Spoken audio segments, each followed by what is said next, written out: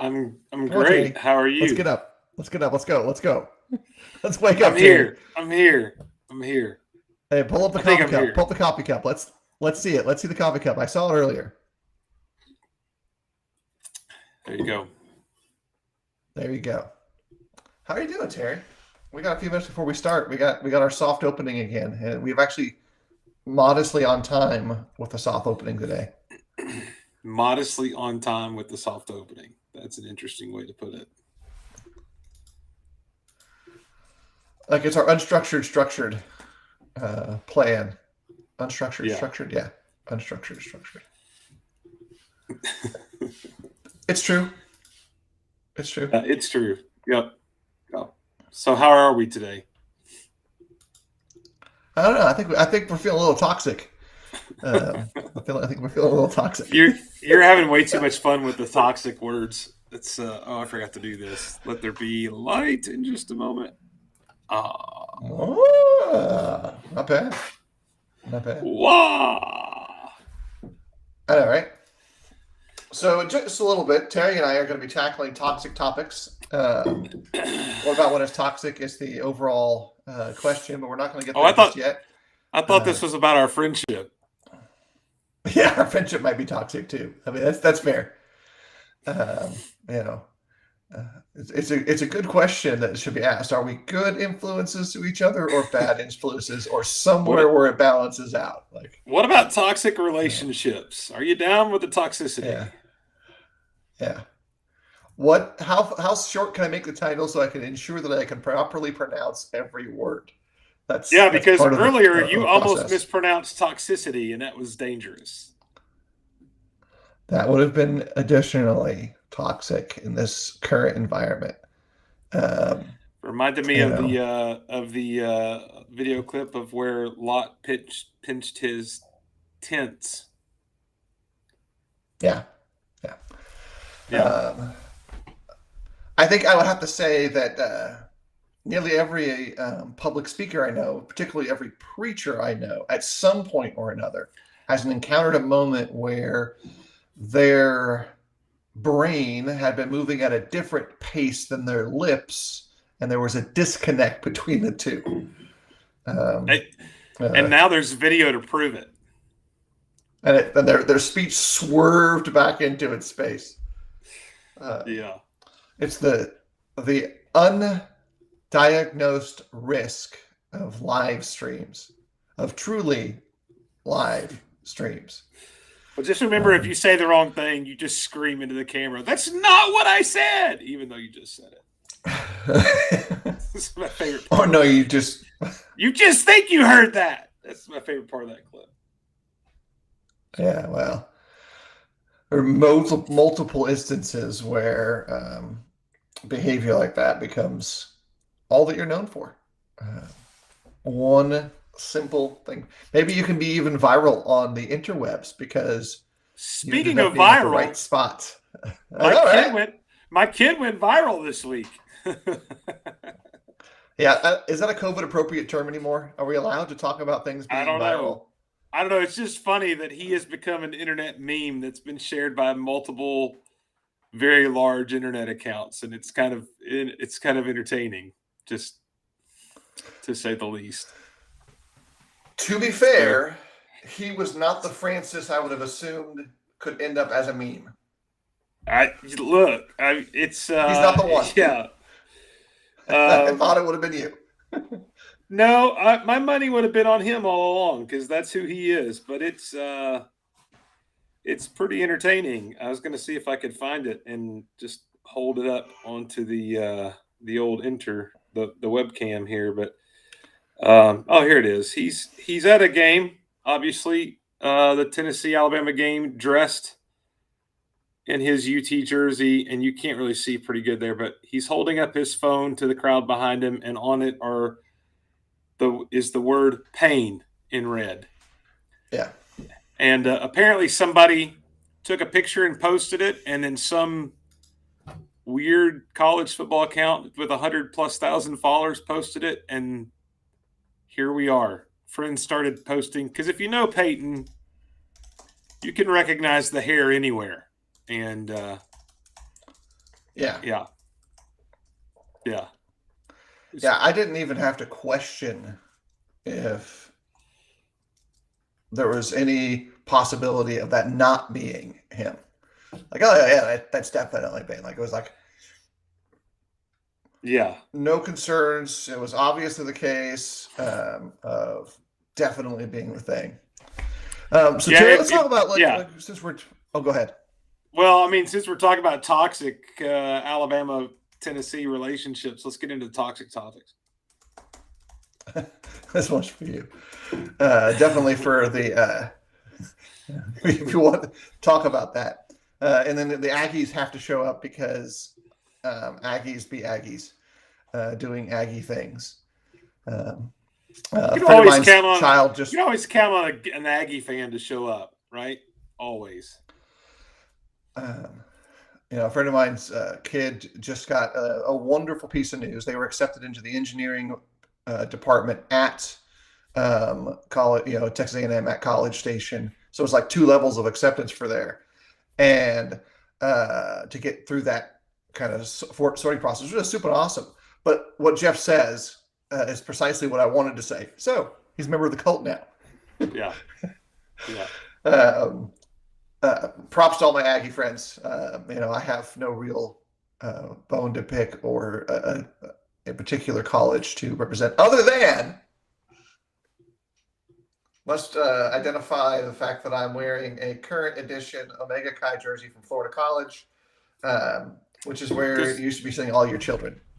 Because we are all Omega Chi till we die. Yes. Or at least the 2 of us are. Well, at least we are. My kid was KO in Phi Sig, and it just is like ripping my heart out with a spoon, by the way. Talk about toxic relationships once again. He went down there and look, my daughter, there's no chance she's going to be on Omega. I can already tell you. Like, there's no chance she's going to be on Omega. Your kid's not on Omega, is he? No. I don't even want to discuss where he's at right now. Is he KO? Don't want to. Is he KO? I don't want to discuss it, Terry. I don't want to discuss it. Let me guess, your son is playing the role of one of those older class members who thinks they can turn around the reputation of KO and make everybody feel better about their kids being in KO. I've lived that life before. No. It didn't work out that way. No. They enticed him with the ability to teach him the Bible classes, but he's literally there because he surveyed the talent and determined that was the best soccer team. Like, it was the best experience to play soccer and have the most talented soccer players. When you said survey the talent, I thought he looked at the girls and decided that's where he needed to be. Because, like, at his age, he needs to be surveying that talent. That also may be the case. That could have been a factor. Yeah, let's go to the hot chick. Let's go to the hot chick society. That's where we should be at. Yeah, yeah. I'm just telling you what I know. This is all that I know, and I don't really talk about it any more than this. Let's get to more toxic topics rather than just talking about our children. By the way, my kid is going to FC. If nobody knows that, my kid is going to FC. She's legally obligated now, I think. Yeah, like we didn't know. Hey. Actually, I'm excited about that. Even considered listening today. Like, he was actually like, hey, how can I watch the conversation today, Dad? I think I can squeeze that in. And I'm like, he's looking at his schedule. Like, I can't. I got to do stuff in my class. And so hopefully he isn't multitasking right now. Uncle Jesse doesn't want to join us. Probably not for the reasons that we might want that he would join us for. So let's actually get into the subject. I mean, we've had our fun. Let's kind of get down to the meat and bones of it. What? Toxic topics is not fun? What? Oh, it's going to be very fun, I'm sure. I live for this. A couple things I want to clarify. When we're using this phrase, we're using it in the general sense. That is not so much. That means because you have a good kid. If you have a good kid. What is the sign for Omega now? Is it like, what is it? Is it just the O? What are they? I think it's still. Is it OX or what are we doing here? No, I think it's just the O. I think they're still O. Okay. That means that they recently got their means. shirts. So This Alex is wearing Beckham. I'm sure somebody made that up when that's not a faculty member and not administration. My kid got in trouble for that, by the way, so let's not even talk about that on the air. Too late. Yeah. Yeah. um, but let's kind of roll down this slippery slope that we're on and see what kind of mess we can create along the way. When we're talking about this in the sense of what about when it's toxic, there's a couple of spaces we've kind of pre-identified for the conversation. Number one is when the subject itself is going to be inserting additional chaos into the setting. Like it's a subject it's just going to make things messy. Second level is when the relationships that are participants in the setting have evolved or devolved to the point where they themselves would be legitimately toxic. That's dishonesty, controlling behavior, power struggles, etc. Where it's a one-way relationship, things like that are typically referred to as toxic. And I think there's also some structural areas where, and this is something that's not unique to Churches of Christ, but within Churches of Christ, and particularly within the churches that Terry and I would probably have a closer connection to, there are some structures when the Bible is not being fully applied that lend themselves to what we can consider institutional toxicity, if we want to use that in that particular venue. So let's start with that first bracket, is that when what is going to be said is going to be put into an environment that maybe it's already brewing, maybe there's trouble already on the horizon, and you need to preach a message or say something or have a Bible class that's going to deal with the subject, that's going to engage your group, the flock where you're part of, et cetera, how you want to phrase it. What's your mindset going into it? And by the way, it's really important to say this is how we handle it. This is how we navigate through a toxic wasteland, even though we don't necessarily have gamma suits that we have to wear. Although my color is going to be a nice little radiated feel right here. Maybe a little more green in it might help. How do we work through that? Like, how do we actually calm things? And I'll add this. The Bible actually shows Christians dealing with these matters. See the Church of Corinth. See Paul writing to solve a relationship of two Christians from a distance because for whatever reason they could not solve it themselves. That's shortened kind of overviews of that reality. Terry, so when I said this, threw it on the top as a topic idea, I said, what about toxic topics? What immediately came to mind, if anything, in your pre-caffeine brain there? Like, what would you consider a toxic topic? Maybe we'll start with that. And also, folks, if you've got, you're listening, participating that way, hey, this is something I want to suggest you handle. You can send it to us privately, or if you're bold and, you're not slipping under just yet, you can send it publicly. It's whatever you want to do. So, like there are some toxic topics that come to mind that I wouldn't touch in the pulpit. So like politics has no place in the pulpit, but that's a toxic topic in our. So when you say toxic topics, the first thing that comes to my mind is that, because that is so divisive today. And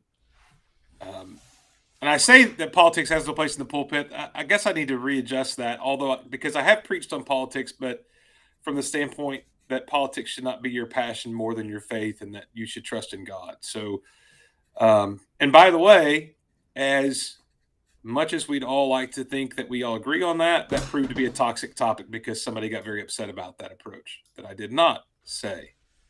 I'm just going to leave that there for a little bit because it needs to.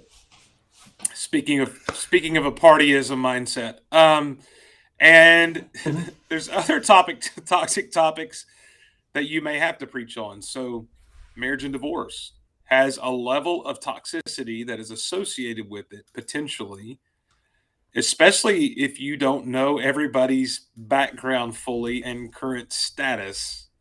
And yet, unlike the politics, which you would get away from the parties and us versus them and all that kind of stuff, you're going to have to actually, when you preach on marriage and divorce, if you preach on that, you're going to have to actually come down and preach the truth on that even if that upsets somebody. But it has a potential to be toxic. And I think one of the things to understand about that is when you think about toxic topics is the truth. I don't think we can necessarily call the truth toxic, although the way we present it can create a level of toxicity, if that makes sense. What I mean by that, Phil. Mm-hmm. And there are Yeah. some So topics that are not necessarily truth or doctrine that would be toxic just to even bring them up. So I think there's a distinction in that idea there before you like. There's some things that there's an old statement you've heard before too. You can't vote Democrat and go to heaven. Okay, that's a very toxic statement to say anywhere, but especially as a preacher in the pulpit. Like that should never be said, right? There's things like that never should happen. Subjects that never should be dealt with that way. They're toxic just because of their nature, and it's not even biblical. At the same time, there's other ones you've got to preach on that have that potential, even when you preach the truth. And so there's a slight distinction there, I think. so and like let's stay within this narrow band of what we would consider political speech right now. Because I think it's going to lend itself to some other areas of the preacher's work here in just a second. If we were to survey, and the survey has been done, the United States, particularly talking about evangelicals, Protestants, that's the religious group that the world would categorize us to be part of, you will find something interesting about political ideals. When considering the American context, and particularly among evangelicals in the United States, and ask them which of the amendments to our Constitution is the most important. Overwhelmingly, white evangelical Protestants in that space, their answer is the Second Amendment. Overwhelmingly in minority groups, those are not white. By the way, that math is shifting, and soon Anglos by population volume in the United States within a generation or two are no longer going to be the majority, and many communities are not. But the overwhelming response then is freedom of religion, freedom of speech. So I don't intentionally preach on politics at all, but I absolutely preach on subject matter because it comes out of the text, particularly when working through the Gospels and Acts and the prophets on all of the issues that are relevant to a citizen of the kingdom of God living on earth. That means we deal with things that of what does oppression look like in the Bible? What does God consider oppression versus what do we consider oppression? How does that transform our worldview? And understanding that means then that there are times when the message I will inject into the audience has to be done in a way that is intentional. Is there something that I want to break down? Because speech does that. Is there something that I want to build up? Because speech does that. Those are biblical applications of the idea of preaching the word. And so that's political space, policy space. I often say that pretty much one of the many reasons why I have moved away from speaking publicly in social media and stuff about specific political policy for the most part is I'm pretty sure nobody's going to like my answers, no matter what particular party affiliation they're part of, because that's not my focus. Like my focus isn't in that area at all. And I'm like very often super disinterested about it. Like I don't care about particular things in the same way that others might.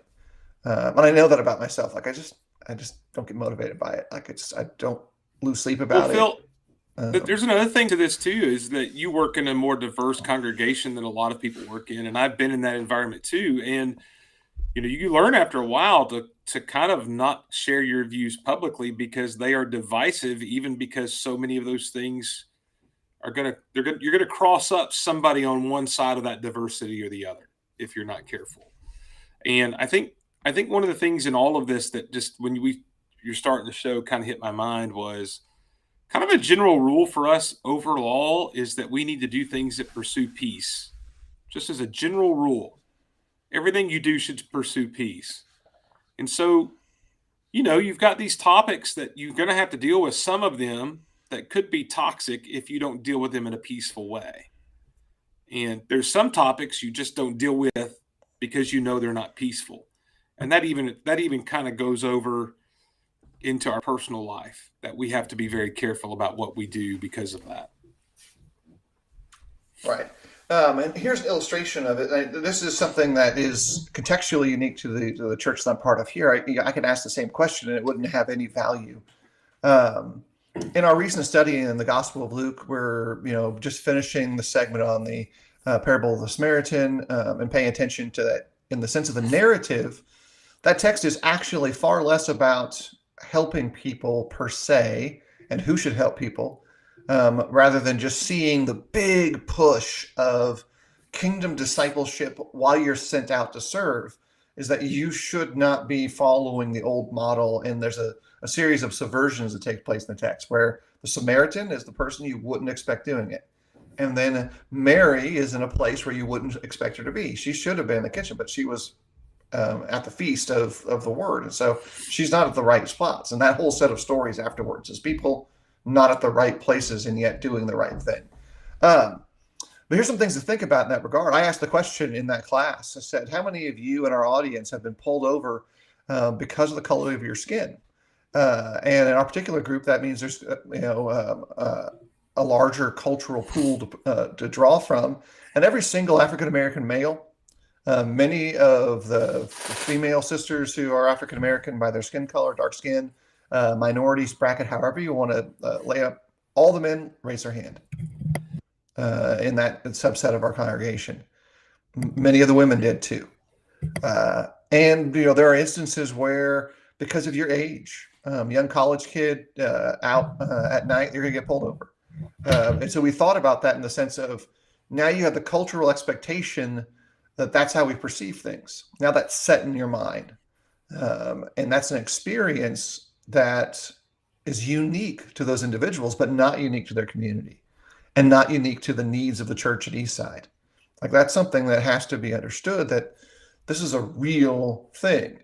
And party affiliation doesn't solve that, because I can tell you factually that the group at Eastside has some interesting overlaps of what you would assume about political involvement and what actually takes place in the voting habits in the individual lives. So there's and by the way, if you want the cultural frame, that's DWB, that's Driving While Black, is the cultural phrase. If you've been pulled over, for DWB, and that's an important tiny principle, tiny cultural experience that explains why it would be that someone would read a text differently. Because that's really what this drives for me, is understanding these issues that are toxic for sure. Because without moderation, without investment, without community, without relationship, that turns instantly into what Daryl's kind of highlighting there, is that you can see a lot of these kind of things churn and go from curdled milk to bad butter in just a short amount of time. Like, you can just see that shift take place.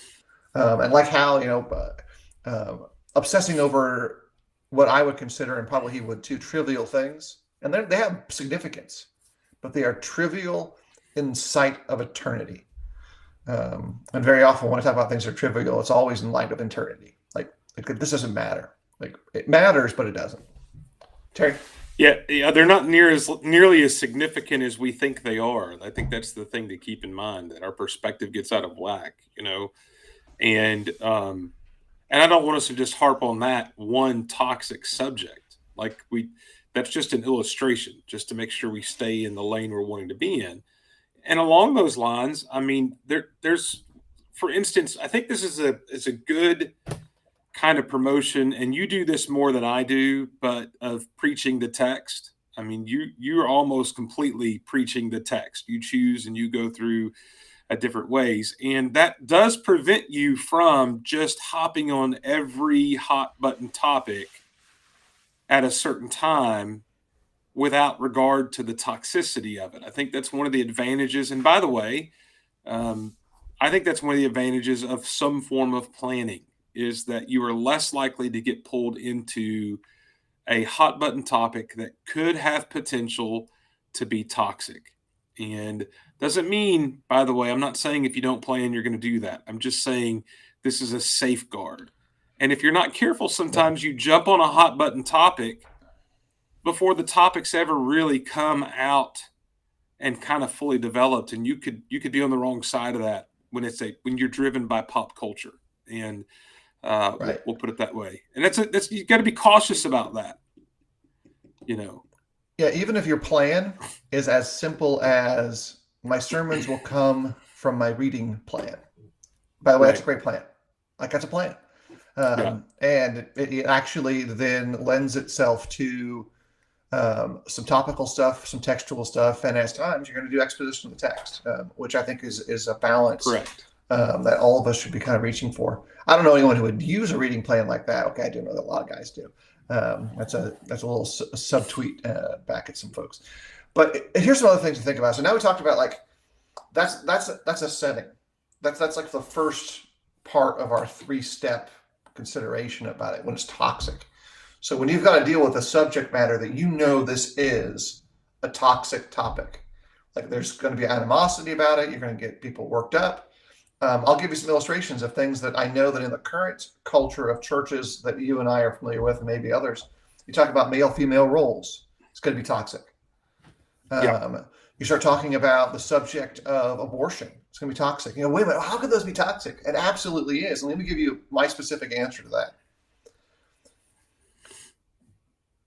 If you have a congregation that's growing through evangelism outside your immediate families, statistically speaking, the families that come into that flock are going to bring with them baggage of their prior lives that cannot be run over with a bulldozer. And if you want to understand grace from the standpoint of preaching the gospel to someone who has had an abortion in the past and has gone through different layers of decisions to get there. And at some point after that, they commit themselves to a journey with Jesus and discipleship and transformation. And then they go to a service and a worship service, and then maybe there's a Bible class, and an older sister, an older brother whom they love and respect says something like, anybody who would have an abortion is despicable and horrible. Anybody who would advocate for an abortion, I just don't think there's any hope for them. And you say, well, how could that happen? I'm telling you it's happened. Like, I'm describing you an event that's real, not made up. You don't understand that when you're 21, 25. Either side of the table. There's not a lot of room for grace, by the way, in those comments. And I've heard those comments, and I know people who in their older age have come to the knowledge of the truth, but they still have that baggage with them. How do you think that feels when they hear that? And not everybody knows that baggage, Phil. Like, not everybody who has an abortion in their past gets up and go, hey, that was me, just so you know, and God saved me. Not everybody does that. And so you've got to be very careful in that regard. Yeah, I've got a good friend from high school who has gotten to the point in her maturity that she can talk about the abortion she had at age 19 as part of her story for why she now works at the pregnancy center. And that she can perceive God's grace in her life, and she can now see that. But that's not every sister. That's not every brother. And it's not just a female issue when we talk about abortion. There are tremendous young men that I know that live with layers of guilt because of a child that should have been in their life that's not, for all kinds of reasons, not just abortion. And that's a topic that's going to be toxic no matter how you deal with it. But we are ingrained to think, well, the preaching should be only in this area about it. And we can now extend that to any other subject. So what about when the relationship of the church itself has devolved into some form of toxicity? Remember, and this is a little quote from a recent conversation. a manager was complaining about the work environment being toxic. Like this work environment here is toxic, and one of the employees turned to them and said, "You made this. Like you're the boss here. This is your culture." Um, when you're an evangelist with work, to some degree, depending on the level of toxicity, I guess, you are responsible for the culture that exists in the church. And you can't get around that reality. You sign on to that when you agree to labor with the congregation. You are accepting the reality that what you preach will change the culture of the church you're part of. So thinking about that, here's some things that can happen, like where you've got controlling relationships, where you, the preacher, are seeking to control people rather than see them conformed and transformed to Jesus. Here's an illustration of that. You ever have someone question a person's marriage because they're not absolutely sure that their prior marriage ended in a biblically appropriate end, and the preacher is somehow called in to serve as some sort of private investigator? Like, if you want You're the to toxic, judge. that's toxic. You become the You are judge. now a participant in a moment that could either be toxic or transformative. Right. Um, Faye Flatt and Ray Wilmuth were supremely excellent with this when they would recognize that it was not their job to do that. And they would identify that, hey, you know what? Stop talking about scenarios. We've got people who are right here. And that's something that has to happen. Like, hey, this is actual people, not logic algorithms on the page. So I think there's some time where you've got to think, like, this is an environment I'm part of, but this is also the environment you build. And so as the evangelist, as the preacher, as the teacher, as the leader, you control how that drives. And I think it's important to then kind of make some good choices in planning and preparation, but also in, hey, what are you willing to work on first? Because you're going to have to fix that. If you're not happy with the environment you're in, you really only have two choices, right, Terry? Leave it or change it. Yeah, and I think, let me make sure we understand that as the preacher, especially, you have a responsibility to work with other leadership to make sure you're all on the same page to create the right environment. And that's another part of this, that sometimes you're working with, let's say, an eldership that has a completely different vision for what they want the church to be like than you do. And that in itself is going to create some toxicity that then leaks out into your work. And you've got to try to resolve that. And that vision can be a lot of different things. Okay. So I think that's a big part of that, is understanding that there has to be this unified approach, and everything you do has got to buy into and promote that approach. Or especially if you get into where you start being hypocritical and not genuine, that's going to create toxicity for sure. So you have a responsibility that you are a huge part of this work of what you're doing. Yeah, and the process that we get to there is super important. Like the methodology that we use. Let me show you the scriptures. Let Yeah. me work this out, and let's answer this question together, and then you can see how it would apply in your life. And here's another aspect of this to consider. There are needs at times to say, no, we can't do that. Like, there's still boundaries that exist in these settings. Like, no, this is a clear teaching of God, and then this is where we're at. And there's still underneath that room for liberty. Yeah, you can worship with all you would like, but based on what you've expressed as your understanding, we don't feel it's healthy for the church for you to be involved in this part of the teaching work, or this part of the preaching work, or this part of our ministry. But over here is a great space for you to grow. And we're so thankful that you're wanting to be part of our community of believers. That's different from, dude, your behavior is counter to the gospel, and now we need to move into this other area of responses, and say, oh, look, this is what needs to happen. Like the whole group is going to be now made aware of this, because we've already moved down through this funneling process of potential U-turns, and this is where we're at now. One of the things that came to my mind, just to what you're saying there about the different ways to handle things, is I think one of our issues sometimes in this area is we don't understand that unity is not always uniformity, and that's a difficult thing for us to really grasp. I mean, there's some liberties in there that we often see as black and whites that if we're not careful causes. And listen, there are some things that are black and white. I'm not saying that there aren't.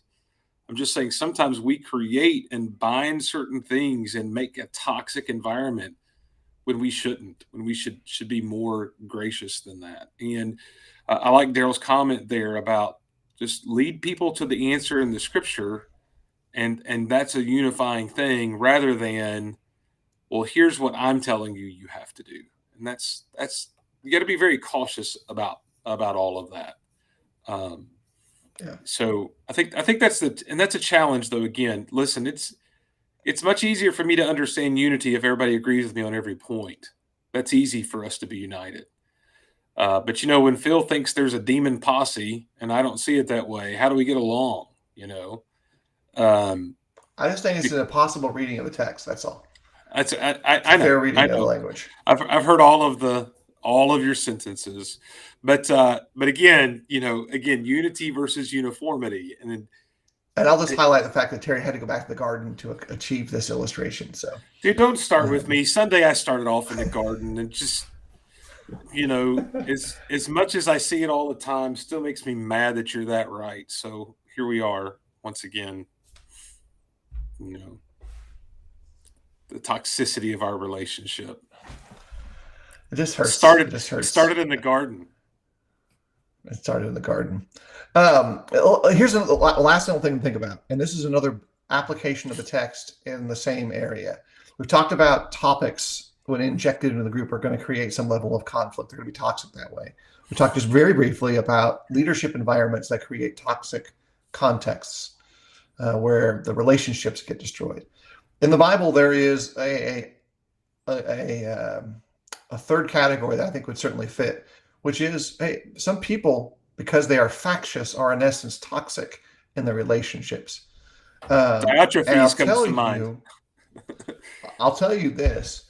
For whatever reason, our deep-seated need to have the church be as big as it possibly could be seems to prevent us from following the most clear case of biblical discipline, is dealing with people who are either sexually involved in public ways that they should not be engaged in, or straight up factious or toxic people. And if you look at the history of churches and communities, you'll very often find that same toxic family has hopped to many of these other groups and has percolated the problem generationally. And how much better off would it be if biblical discipline had been applied at the very beginning of these issues, so that behavior change would take place? It might also touch in the reality that for many men, many preachers in particular, we fight with a need, a desire to be liked and respected for all kinds of reasons. And so it fights against our need to also speak boldly and call out sin and be plain spoken. And there's a lot of conflict there that needs to be dealt with internally with the individual, but also in the congregational setting as well. Listen, I mean, I'm one of those guys that I want everybody to like me. Like that's not just because I'm a preacher. That's just who I've always been. Like I want everybody to like me. If you're upset with me, that bothers me. That troubles me. Like I got to try to fix that somehow. And then you add to it, let's just be honest and call it what it is. We're you and I support ourselves through a work that is largely based on the opinions of other people. I mean, it is regardless of how we want to deal with it, the public opinion poll has a profound impact on our job security. Okay. Most guys that get fired or asked to leave are not fired or asked to leave in most cases because they taught something that was false doctrine. They're fired and asked to leave because they upset somebody. And if they upset somebody, and you know that's what's going to lead to your departure in most of the cases, then as a result of that, you live your life by a public opinion poll. Right or wrong, that's the result that most preachers live their life in. And that drives a lot of things. Then the challenge is you see somebody who's being a Diotrephes out there, okay, and you need to call them out on it and say you're wrong. But the fear is if I do that, I'm unemployed. And Mm-hmm. I think one of the things that's hard in that is number one, even if, okay, from experience, even if you're suddenly unemployed, there will be other options for you out there. God will take care of you. That's more than just a song we sing sometimes. That's an actual truth. That if you're making the right thing and if you're doing the right thing, God's going to provide for you. But it's a struggle. And for those of you who aren't preaching and don't understand that, I will just tell you that's a struggle. Every preacher has faced that, unless he just becomes so embattled or maybe so long term standing at some place that he's just doesn't feel that way anymore. And I'm sure there's a part of that as well. But it's a struggle, and just to admit it. Yeah, so Jeff, I would probably expand it this way. From the shepherd standpoint, they absolutely want a heads up.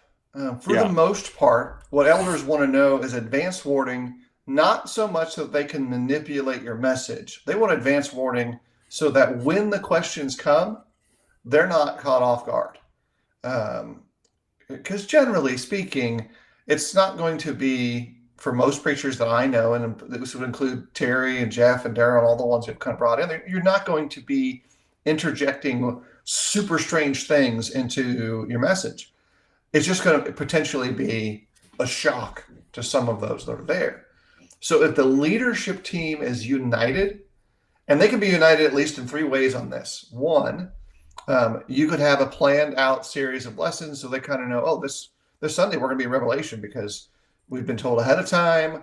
Revelations, like that's what was last Sunday was Revelation. So was, everyone knows, the other elder here knew that's what I was going to be preaching on. Sometimes I send the whole outline ahead to him, and he looks at the entire outline or the manuscript and kind of gets a preview that way. So that's one way. The other way is to literally build a habit of always sending those outlines to your elders. There's two great values to it. One, heads up. Two, genuine feedback from individuals who love your soul and love the flock you're part of. They might notice something in that manuscript or that lesson that says, hey, maybe we need to approach this in a different way. That's going to be predicated on your relationship, and you want to build that relationship where they trust you, you trust them. Third way is a strength of relationship with the elders, that they know your personality. How I teach and preach absolutely would not fit for the public work at Livingston Avenue. It just wouldn't. It would fit in their Bible classes just fine. Like that would be a totally fine environment. But the methodology that I use would be very different than what was expected So from that so group, and that's fine. you're saying you're That's no Edwin absolutely Crozier. fine. I am absolutely no Andrew Roberts. Listen, Absolutely no Edwin Roberts. I think that the conversation of something controversial with the elders is certainly something you should do. It doesn't necessarily have to be an outline, but maybe you say, hey, I'm going to cover this on Sunday or, whatever. And I think, not to go back to planning and harp on that again, but my elders know what's coming up for the next year because we talk about that together, right? I would add another layer to that, not necessarily always sending your outlines, but one time I preached on homosexuality with the understanding there was potentially somebody struggling with that in the audience. And in order to add a layer of protection for myself, I emailed that outline to someone who's a brother in Christ who struggled with that in his life, and actually a couple of people, and said, help me reword this. Help me say this in a way that's not offensive. Help me approach this in a way that you would find to be good. There's value sometimes in knowing I've got this potential. I need to seek somebody out who can understand the danger here to make sure I'm not saying things I shouldn't say or in a way I shouldn't say. And so I think there's some value to that, by the way, to make sure that you have a system sometimes when you need it, of almost like a group of consultants over here for certain topics that you can go, hey, here's what I'm dealing with. I know you know. Let me know how to read through this. Let me know what needs to change. Let me know what sounds too difficult. Which I'll just throw in, the value of planning. One of the value of manuscript outlines is when you plan what you're going to say, then people seem to understand more what you're going to say. Yeah. And remember, all preaching is essentially storytelling. When you get down to it, you're conveying a story that should move people towards Jesus. The entire Bible is a story.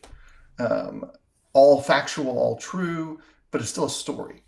And so you need to make sure that if you're going to step into a cultural experience that's outside your own, that you approach it in a way that's holistically good. There are things that I can speak directly to from experience. And when I do that, it's a lot more comfortable for me. Like, I know what this smells like. I know what this feels like. I can talk about that experience very vividly. But if I start trying to work in a realm that goes outside my personal experience, I've got to reach to those who have a better handle of that. And I may even realize that actually a different part of the flock of God is way better at addressing that. And so my job shifts from addressing it to enabling, encouraging, and strengthening. And so I let them climb as high on my shoulders as they want, and then provide them the best structure they can to be supportive, and then amplify their message. And so I may shift and say, no, I can't. I shouldn't do this. It needs to be done elsewhere. And that goes across the entire spectrum of advocacy and encouragement. And that is a tool to limit toxic outcomes. Because if you can partner up an idea with the right voice, it will do more good than it would be if it came from my own mouth. And let their message do more good than yours would. Even if yours would be fine. Like, there's no subject in the Bible that I'm like, I can't preach on that. But there are some subjects where a different voice needs to happen, and maybe a different space. Maybe that's a coffee shop conversation as opposed to an entire sermon. Or maybe it's just taking someone aside and saying, hey, this is something what you should think about. Terry, the last thoughts for today? A little longer than I anticipated, but it's okay. My main thing to think about is just simply this. You never get into a pulpit or up to teach a class thinking that you are the one that's going to fix the problem. Because you can take a subject that is not toxic and make it very toxic when you become arrogant about your approach. Humility is just such an important part of what we talked about today. Right. Before I close, remember last week there was a couple of questions for some links regarding David Banning stuff and some other teaching tools. I've got most of those put together, and they should drop into last week's show. I'll tag the folks who are looking for them. Going forward, we've got a few more topics planned for the year, but if you've got something that's important to your work that you want the perspective of Tuesdays with Terry to kind of see what goes on there, we're happy to take those into consideration and put those onto the list. If you've got a viral photo of Terry that we can use to create the new swankest meme, I'm totally down with that. Looking forward to that. Nope. Terry, last thoughts before we shut off? I already gave you my last thoughts, and then you Anything went else? after the Oh Terry no, attack. but Yeah, I'm just saying things. just doing the thing. Just do the thing. Just do the thing. Just doing the You're thing. just Right, all right about over the there. Omega Just do Chi the thing. jersey today. It's quite Yeah, that's entertaining. pretty sweet. So, You yeah, like it, don't you? You it's felt like you good. wanted one, didn't you? No, Um, yeah. No, deep down you do. Deep down. no. Maybe As I I'll get do a older, Terry thing and frame it and put it on the wall. that would be better because as I get That, older, old men in jerseys is just weird. That's all I'm gonna say. that's on you. It's on you. All right. All right, everybody. Have a great day. Encourage somebody in the work today. It's okay, by the way, to be down. And if Is it? you're having a down week, it's okay. Yeah. God can accomplish great things. And if you need us to be an encouragement to you, we are absolutely ready to help. Everyone, take care. God bless.